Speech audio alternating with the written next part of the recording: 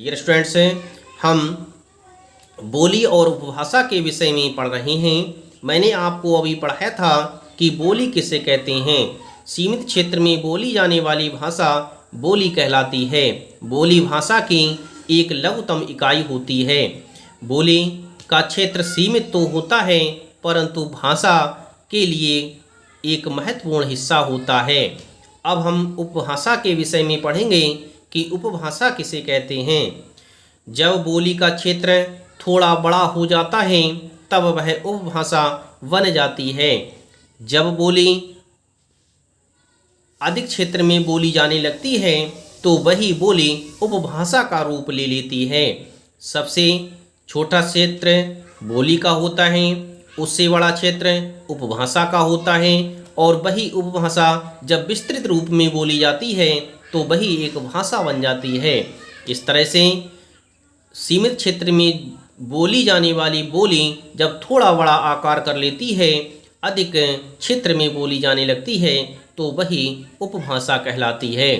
बोलियों में साहित्य की रचना प्रायः नहीं होती, परंतु उपभाषा में साहित्य की रचनाएं होने लगती हैं। बोली में तो साहित्य की रचनाएं नहीं होती, परंतु उपभाषा में साहित्य की रचनाएं होना प्रारंभ हो जाती हैं। एक उपभाषा की कई बोलियां हो सकती हैं। एक उपभाषा की कई बोलियां होती हैं।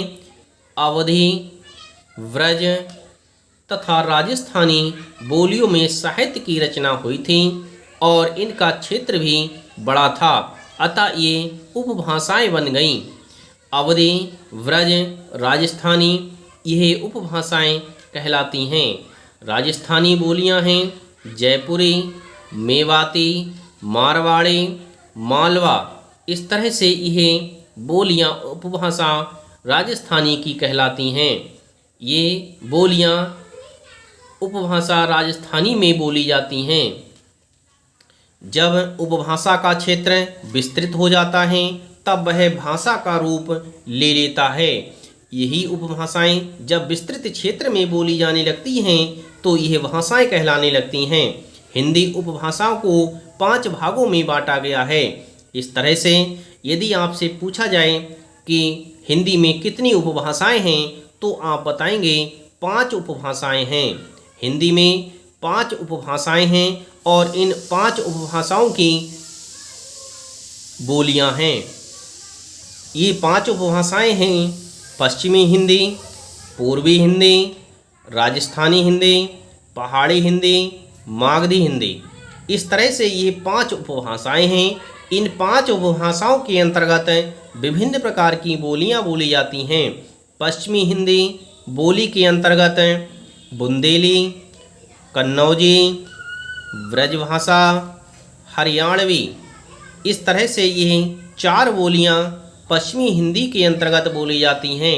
यह 4 बोलियां पश्चिमी हिंदी उपभाषा के अंतर्गत मानी जाती हैं। अगली है पूर्वी हिंदी। पूर्वी हिंदी में बघेली, अवधी, छत्तीसगढ़ी, इस तरह से 3 बोलियां पूर्वी हिंदी उपभाषा के अंतर्गत मानी जाती हैं। अगली है राजस्थानी उपभाषा। राजस्थानी उपभाषा के अंतर्गत मेवाती, जयपुरी, मालवी, मारवाड़ी, इस तरह से 4 बोलियां राजस्थानी उपभाषा के अंतर्गत बोली जाती हैं। पहाड़ी हिंदी। पहाड़ी हिंदी उपभाषा के अंतर्गत कुमाऊनी, गढ़वाली 2 बोलियां मानी जाती हैं। 5वीं है मागधी। मागधी उपभाषा के अंतर्गत भोजपुरी, अंगिका, मगही, इस तरह से 3 बोलियां मागधी उपभाषा के अंतर्गत बोली जाती हैं। इस तरह से 5 उपभाषाओं के अंतर्गत विभिन्न प्रकार की बोलियां बोली जाती हैं।